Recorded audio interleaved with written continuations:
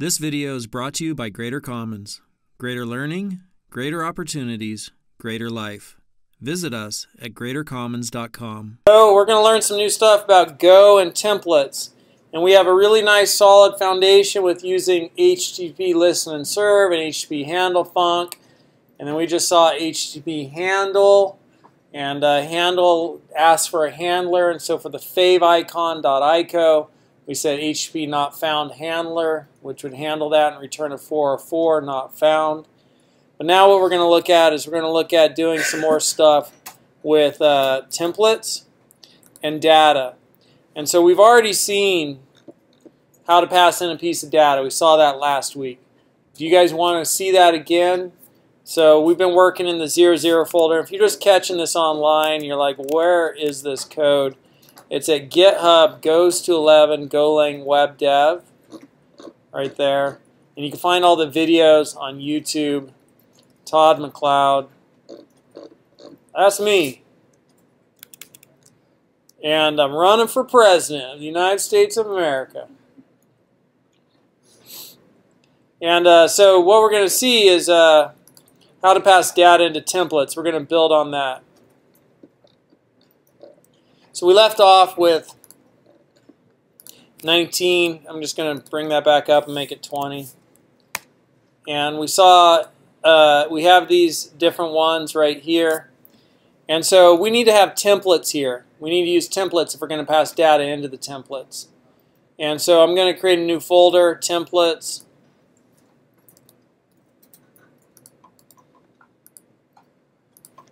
Templates. And inside templates, I could put templates. So I'm going to do index.gohtml. And that's just a new file. It's not an HTML file. But they're file associations.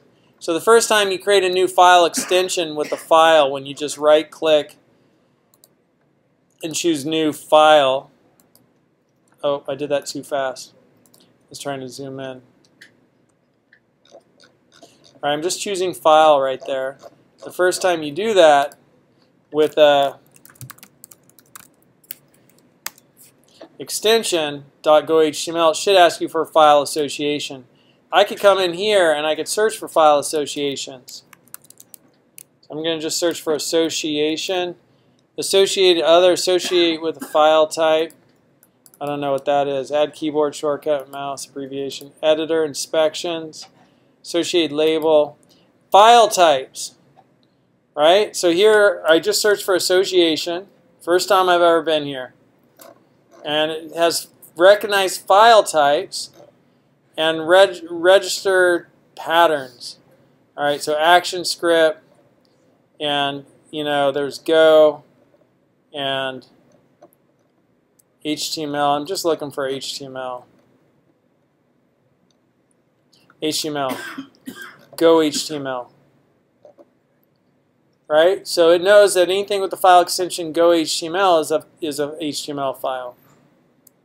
And I could add and subtract those there if it didn't do it manually for you. Where's that again? It's preferences. So yeah, so on Mac it's edit preferences, but on Windows it's like file settings, maybe. And I just searched for association, ASSOC, and file types. That's cool. So now we've got a couple of templates, and I could do emit here, and I could do this as about. And we're just going to stick with index. I guess we could do two. And this one is index. Cool. And now here I need to do var tbl is from package template type template, and we're using a pointer. So it's a pointer to type template from package template. That used to be confusing when I'd see stuff like that when I was learning programming. I'd be like, template, blah, blah, blah. What is that? Doublespeak, stutter in the code. Template. Right? But it's package template. Package, that's the package. This is the type. And then I could choose if I want text template and HTML template, which package I want. Yeah, HTML template is text template. HTML template's built on top of text template. So HTML template is everything text template is, plus more stuff just for HTML. And now I need to do my func init.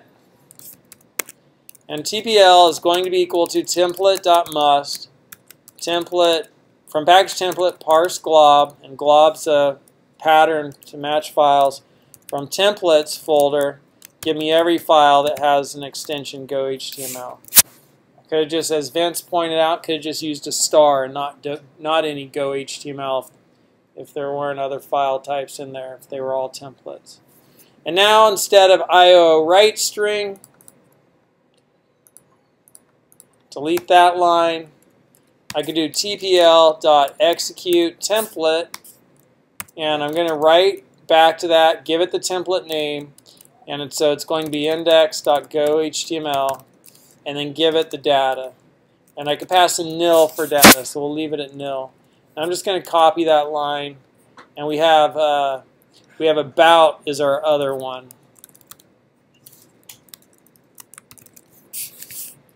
We'll make this about.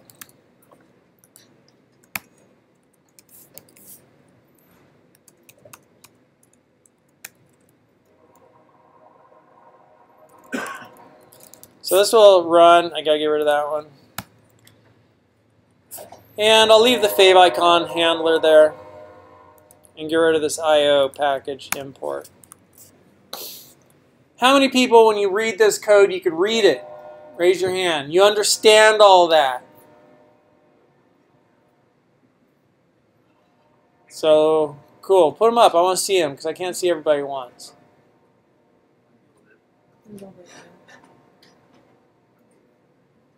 Alex, you know this, right? Alex was like, man, I know this stuff. Did you get it? Did you shave, Alex? Yeah, I shaved. He's like, what's different, man? You're looking suave. Alex is looking suave, man. So, I like it, dude. I like your clean-cut look. That's cool.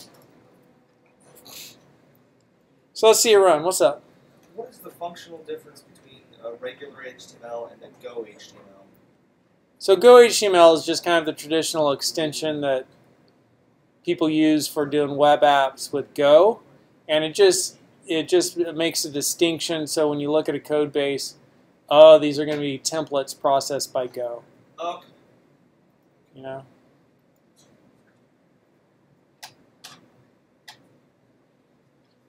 Okay.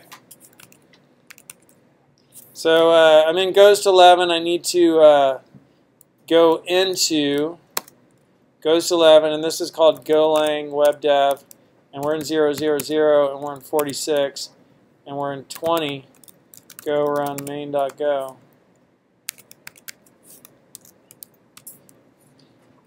And none. Am I in the right place? 20, 20, templates, index, execute template, index.gohtml, index.gohtml, because I put nothing on the page. But if you look up here, index, right? Because that's the only thing I put on the page. And I could do H1s here.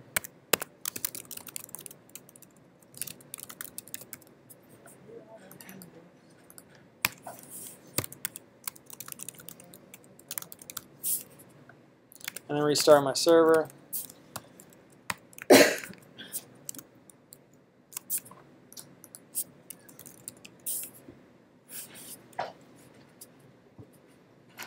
So now let's look at passing data in. So what do I have to do to pass in data? The data goes right there. So all the data structures we've learned about, and all the data types we've learned about. It's another way of saying that. We've learned about ints, we've learned about strings, we've learned about bools, we've learned about slices, we've learned about maps, and we've learned about structs. Pass it all. Pass it all in. Pass in a string.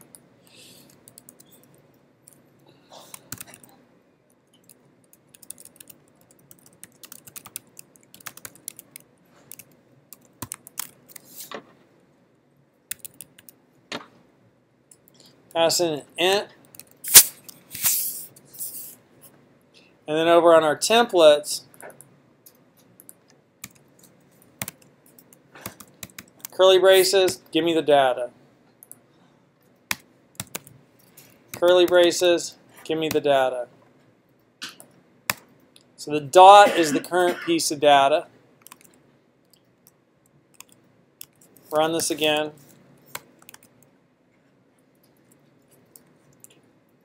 $42. See it? An index. Hello world, yeehaw! I think I'm going to make those bigger. What's up? Could you take the data there, and since the incoming data on whichever one it is that passing 42, could you insert that data and then add a system that'll add +1 to it? Mm-hmm.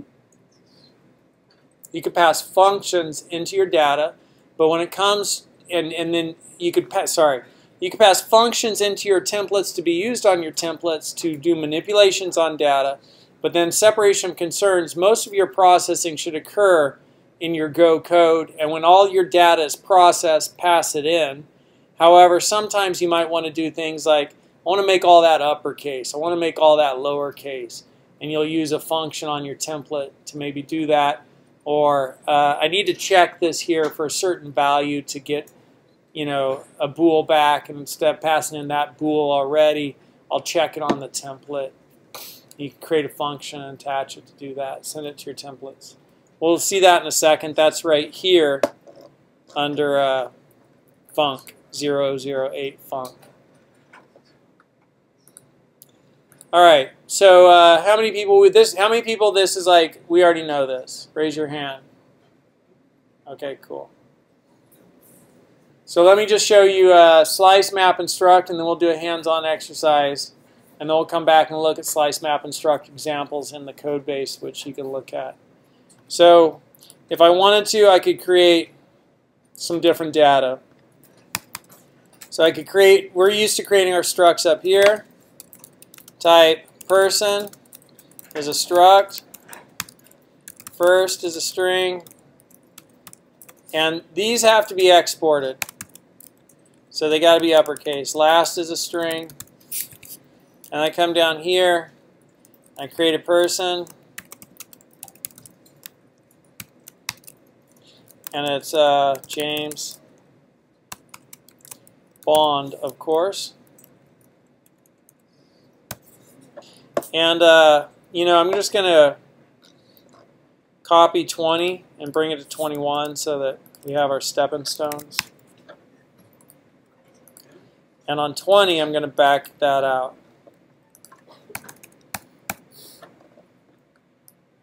Just leave it string and an int.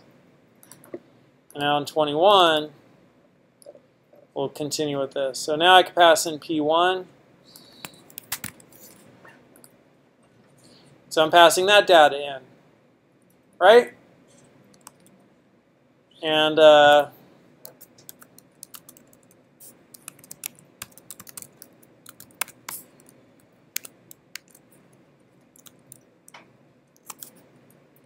so it printed out the entire struct because that's what I asked for by just putting the dot. That is the piece of data that got passed in. But I could also do this.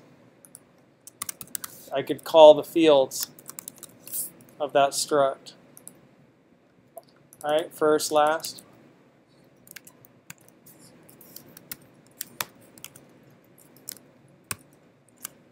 I could get each individual piece of data. Cool?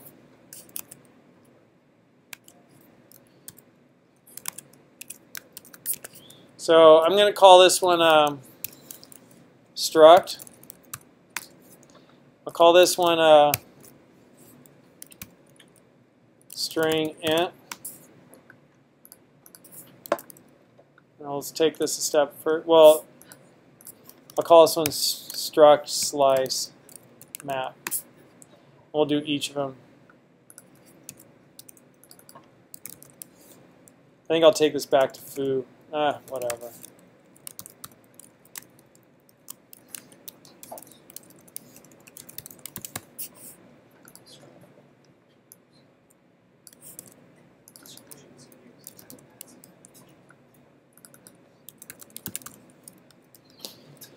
So there's a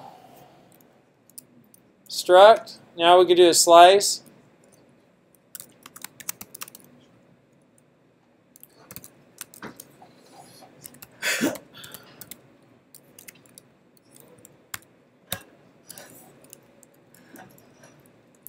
I can pass in that, and that's a composite literal, where it's the type, curly braces holding the values.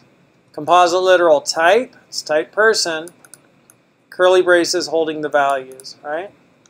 And so now on about, I have several pieces of data in that slice, so I need to range over it. Range over that dot, and then end, that's where it ends. So when I range over the dot, this is my current piece of data, and we could see that.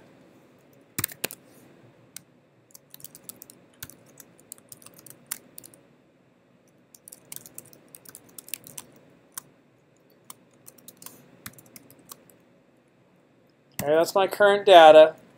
Sorry, in the wrong spot. I range over it, and then this becomes my current data. Let me show you this in action. And I think I need to get a template for this to work. No, because they're both doing about. Let me fix that.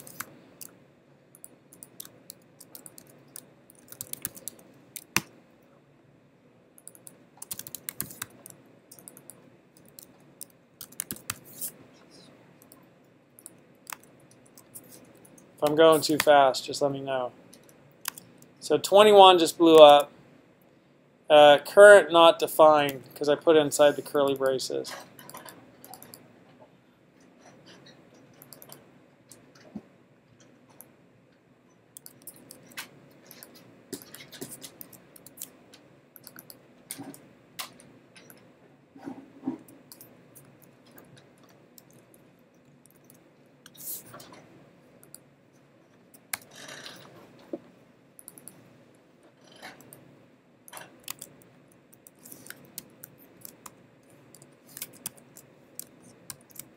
James Bond, about.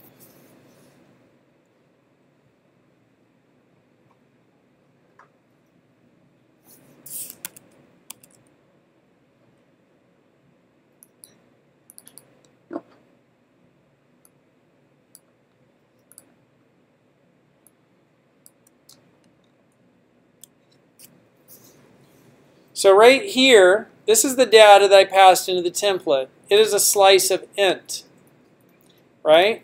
When I range over that slice of int, this is going to be a loop, and each iteration of the loop, it's like a pipeline. The output of one process becomes the input of the next process. So the output of this range process becomes the input of this piece of data, right? So this is looping over that slice with all those values, and as it loops, it pops out one value, which becomes this dot.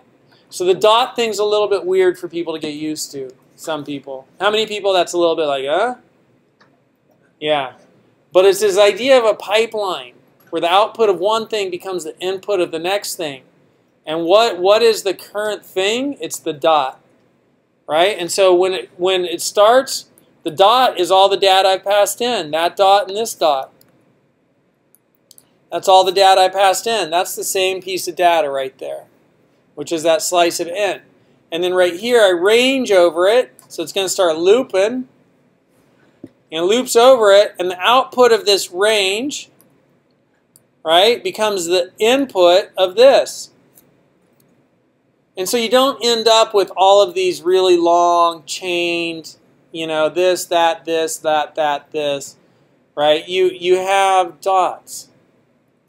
Here's the current piece of data I put in, and I loop over it, and the output of this for each iteration loop becomes the input of that, which is what that value is.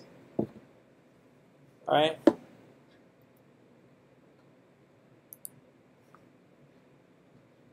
Let me change this to, maybe that'll be more clear.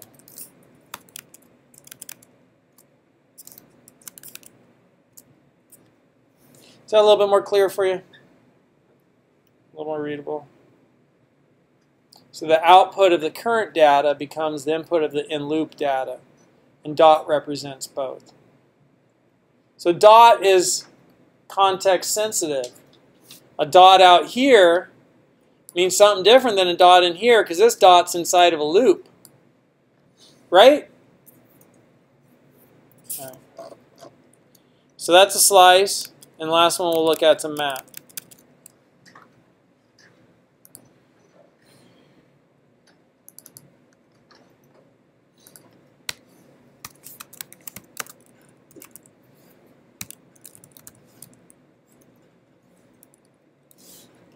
I don't know.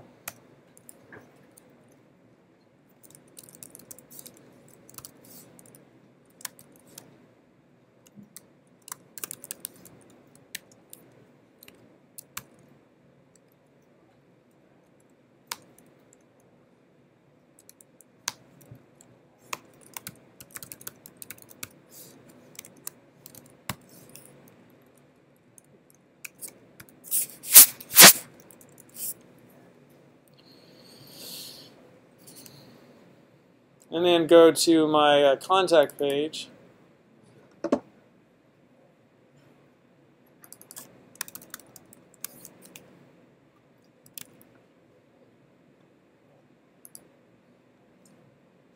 Okay?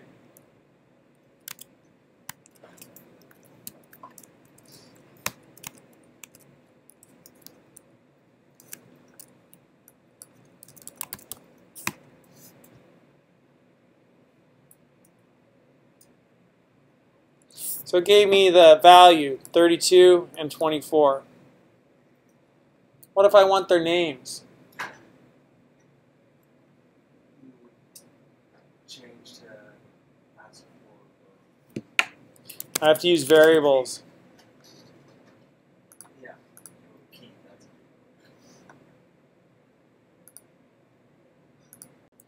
All right, so to get the variables out, range, I'm going to range, and I want to range and get the name, and then also the age, and get it out of there, and then I want to have the name, and this is assigning it to variables, I want the age, and now that should run. Let's take a look. See if I made any mistakes. Undefined variable name. Undefined name. Maybe we need a comma right there. I think so. There we go. And come over here and refresh. And we get James 32 and Moneypenny 24. So that is how you would get the name and the age out. Those are variables. That's a little bit more advanced. So you could just do loops. But also kind of cool to see. All right. So that's a big chunk about passing data into templates. You saw how to pass in a struct. You saw how to pass in a slice. You saw how to pass in a map. You saw how to print out fields from a struct. You saw how to loop over that slice. By the way, you could do the thing here where you assign like key index :equal and then ask for key index. You could also do that there. We'll leave it this way. And so you saw how to loop over slice, and you also saw how to do a map, pass a map in, and how to loop over a map and get out both the name and the age, the key and the value from that map, and display it. So I want you to take, I don't know, let's do till 8:35 maybe, or 8:30, 8:35. And get your templates running and pass some data into it. Okay?